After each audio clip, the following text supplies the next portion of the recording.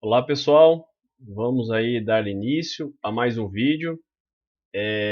Hoje nós vamos falar sobre o método de Newton-Raphson, método esse ainda que visa encontrar uma solução aproximada para a raiz de uma função f, digamos, né?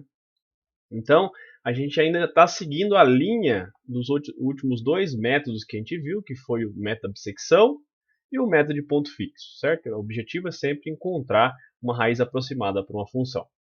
Beleza. Os dois últimos métodos, bissecção e o método ponto fixo, tinham suas particularidades, né? A bissecção você tinha que dividir muitas vezes para você chegar a uma solução aproximada.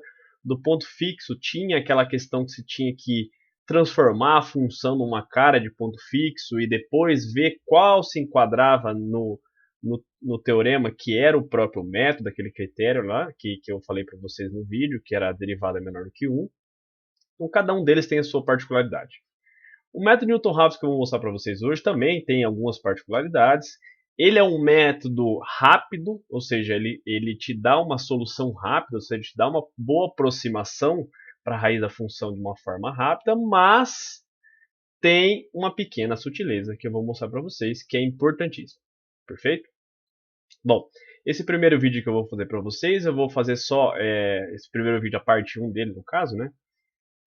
Eu vou estar principalmente falando sobre o método, a parte teórica do método, tá? E vou fazer um segundo vídeo, aonde eu vou estar dando uma breve revisão novamente sobre o conceito teórico, mas o enfoque vai ser resolver um exercício usando o método Newton-Raphson, certo? Então aqui eu vou dar principalmente o contexto teórico e as sutilezas que esse método tem. Beleza? Então vamos lá. Bom, vamos lá. Então, pessoal, a gente vai partir aqui sempre uma função que ela tem raiz simples no intervalo fechado AB. Raiz simples para nós é uma única raiz, tá? Entenda assim. Uma única raiz dentro do intervalo AB e que a função f ela seja de classe C2, ou seja, que ela é contínua e a sua derivada seja contínua no intervalo fechado AB. Tá? Essas hipóteses são necessárias, pessoal, para a gente poder usar o desenvolvimento de Taylor dessa função f. Eu acredito que vocês tenham visto esse conceito lá no cálculo 1, tá? Mas se não viram, a apostilinha que eu enviei para vocês, no capítulo 1 tem um breve resumo ali do que seria o desenvolvimento de Taylor de uma função. Então, basicamente, você pode reescrever essa função f em termos dessa expressão que está aparecendo aí para vocês do lado direito. Tá? Deixa eu pegar minha mãozinha aqui. Então, a função f ela pode ser reescrita dessa forma em termos das suas derivadas, tá? Onde esse xn é um ponto que a gente não sabe que está entre x e o xn, que é um ponto dado qualquer dentro de AB. Tá? Então, meio que você pode reescrever a f dessa forma, que é um 2 fatorial. Tá? Desenvolvimento de Taylor, pessoal, se a função for de classe maior, 3, 4, 5, a gente consegue expandir essa expansão para a direita, aí, com mais termos. Tá? Mas eu não vou ficar entrando em detalhes nesse ponto. Bom, qual é a ideia? Uma vez reescrita a função pelo desenvolvimento de Taylor, o que a gente vai fazer? Supõe que alfa é a raiz de f. Então o que a gente vai fazer? Jogar alfa nessa expressão aqui. Então, no lugar de x, a gente vai colocar alfa. Bom, mas f de x, f de alfa, desculpa, como alfa raiz, é zero. Então, por isso está aparecendo o zero aqui. Então, f de xn, f' de... Desculpa que apenas uma linha, tá, pessoal? É a derivada primeira, tá? Não é a derivada segunda, não. Certo? Corrigido. Então, f' de xn, aonde apareceu o x eu troquei pela raiz alfa, xn mais meio da derivada segunda do xn, onde está aparecendo x, alfa menos xn. Certo? Então, eu joguei alfa na expressão, onde é a raiz, certo? Mas a ideia, pessoal, é a gente encontrar a aproximação da raiz utilizando essa expansão, esse desenvolvimento de Taylor. Então, o que a gente vai fazer? Vamos supor que o alfa e esse xn, ou seja, a gente quer criar um método ao ponto de que na hora que você fizer vários passos, lá longe você vai obter um valor que é próximo do alfa. Então, a gente pode assumir, supõe que esse xn está muito próximo de alfa. Supõe que isso acontece. Perfeito? Se isso acontece, se esses dois números estão muito próximos um do outro, aqui na minha mãozinha, então ao quadrado esse número aqui é muito, muito, muito pequeno. Então ele dividido ainda por 2, e que 2 fatorial é 2, esse é um número muito, muito, muito, muito pequeno. Perfeito? Então, ao ponto de eu posso desprezar essa parcela aqui da soma, que eu estou circulando para vocês na mãozinha. Uma vez que o alfa e o xn são muito próximos, então ele ao quadrado é muito próximo, muito pequenininho, tá? Muito pequeno esse número. Se ele é muito pequeno, dividido por 2, ele é muito, muito pequeno. Então essa parcela eu posso desprezar. Desprezando essa parcela, pessoal, vai aparecer para vocês aí agora, ou seja, fazendo o xn, fazendo xn, se xn aqui, pessoal. Então, aqui, vou apagar esse fazendo aqui para fazer mais sentido, né? Então, vamos consertar aqui. A gente pensa uma coisa e acaba escrevendo outra, né? Então, se, né? Se xn é próximo de alfa, o que a gente tem? Então, essa parcela que eu falei para vocês aqui, a gente pode desprezar. Então, vai sobrar zero igual a essa outra expressão até aqui. Tá? Que eu vou colocar aqui para vocês. Tá aí. Que é isso que está aparecendo aqui para vocês. Ó. Então, eu desprezei essa parcela aqui. Ó. Se alfa é raiz de f, né? Fazendo x próximo de alfa, ou seja, a gente despreza essa parcela, vai sobrar simplesmente essa igualdade. Então a ideia agora é o quê? Isolar o alfa. Como a gente faz para isolar o alfa? Passa essa expressão para o outro lado com sinal de menos, passa esse cara dividindo e depois passa o xn trocando o sinal. Então a nossa raiz, pessoal, que é alfa inicialmente, a nossa raiz que a gente definiu, ela é aproximadamente esse valor. Tá? Então a própria expressão ela já te diz isso. Opa, se o xn for um valor muito próximo de alfa, uma forma de eu calcular uma expressão aproximada é dessa forma, recursivamente.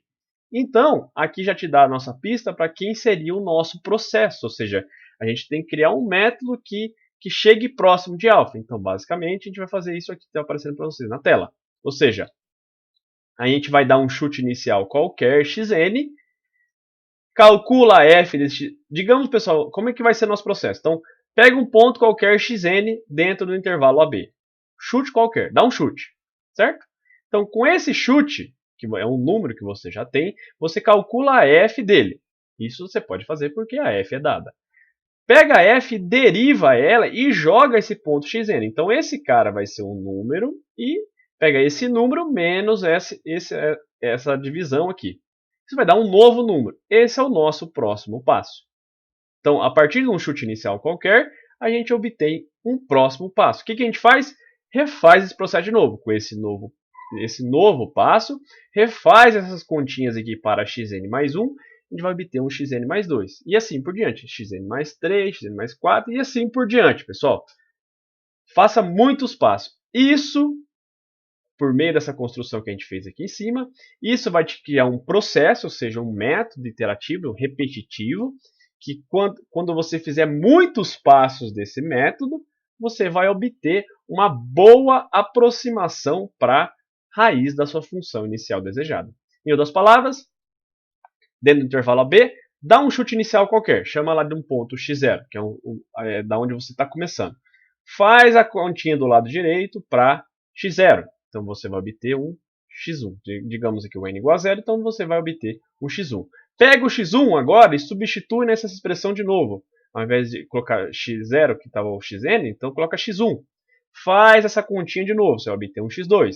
E assim por diante. Repete o processo, você vai obter um x3, um x4, um x5. Então, após muitos passos, pessoal, isso te dá uma boa aproximação ou seja, vai criar uma sequência de pontos que vai convergir para a raiz da minha função inicial. Tá?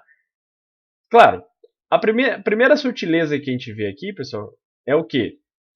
Que esse número nunca pode ser zero. Né? Por isso que está escrito aqui, desde que a derivada da função você aplicar no ponto, ela nunca pode ser zero. Então, esse método recursivo que eu expliquei para vocês é chamado de método de Newton-Raphson, tá, pessoal?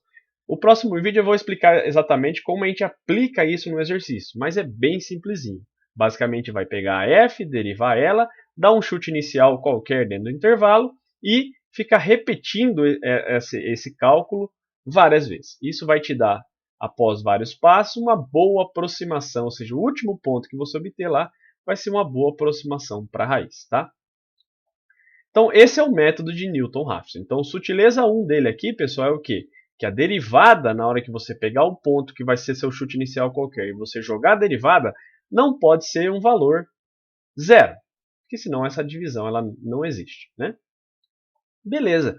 Então, se vocês perceberem, pessoal, essa expressão aqui, se vocês compararem lá com o curso de GA ou até mesmo de cálculo 1, nada mais é, pessoal, que a reta tangente, pessoal, que passa pelo ponto xn e xn mais 1. Tá? Eu vou explicar para vocês aqui no desenho já já.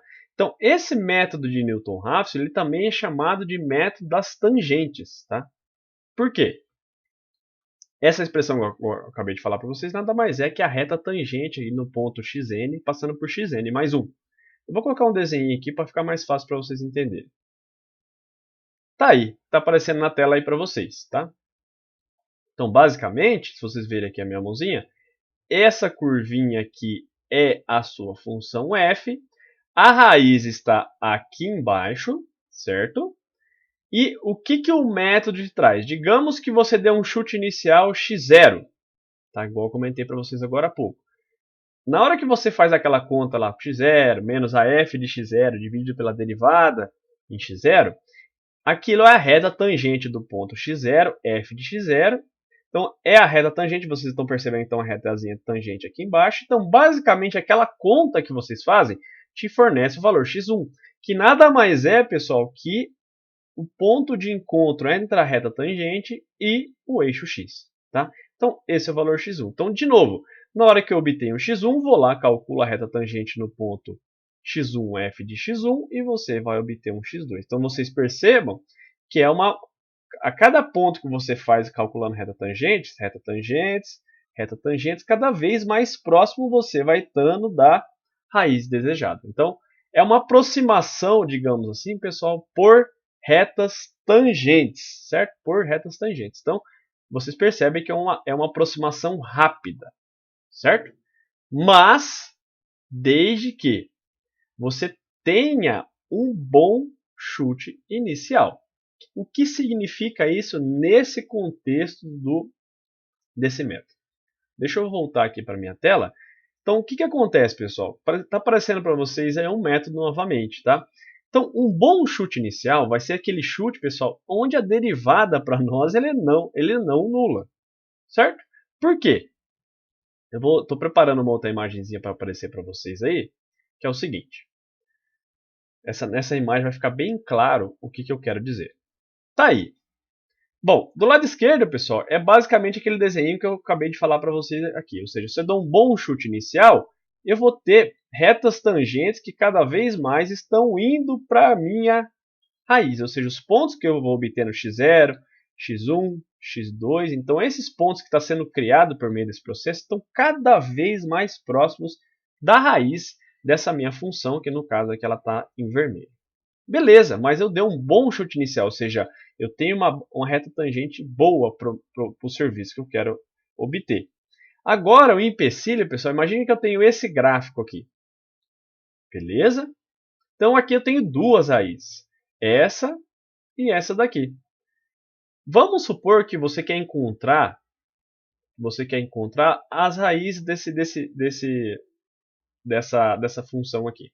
Primeiro, lembra que o nosso método ele só funciona para o quê? A gente está assumindo que dentro do intervalo ele tem a raiz simples, ou seja, vai ter apenas uma raiz. Perfeito? Mas vamos supor que por azar, você não sabia isso, e você deu um chute inicial justamente o ponto de máximo dessa função. Certo? Se vocês perceberem aqui no ponto de máximo, justamente é onde acontece a derivada zero. Certo? Ou seja, a derivada vai ser zero aqui, pessoal. Então a reta tangente ela não toca o eixo x aqui em momento algum. Então o nosso método a gente não consegue aplicar. Então é isso que a gente tem que tomar cuidado. Ou seja, na hora que for dar um primeiro chute inicial, não ser justamente, por exemplo, um ponto de máximo ou um ponto de mínimo da função. Certo? Então essa é a segunda sutileza. Uma terceira sutileza é o que, pessoal? Digamos que você queira encontrar essa raiz aqui e toma um chute inicial do lado de cá. Se você tomar um chute inicial para cá, as retas tangentes elas vão convergir para essa raiz aqui da direita e não para a raiz da esquerda. Então, por isso tem que tomar bastante cuidado com esse método, pessoal, nesse sentido de garantir primeiro que dentro do intervalo que você está tomando tem apenas uma raiz e que de fato o seu chute inicial seja um chute bom, ou seja, ao ponto que você tome retas tangentes e essas retas tangentes, os pontos que estão sendo criados aqui por meio da interseção no eixo X, são pontos que estão cada vez mais próximos da raiz desejada. Então, esse método tem essa sutileza que eu falei para você. Primeiro, as retas tangentes têm que existir nos pontos aqui que você está tomando.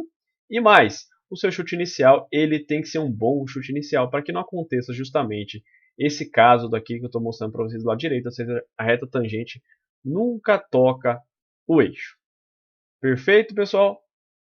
Então, basicamente, o que vamos fazer? Eu vou fazer um próximo vídeo agora, a parte 2, onde eu vou estar mostrando para vocês como a gente calcula, faz um exercício utilizando esse método. Beleza?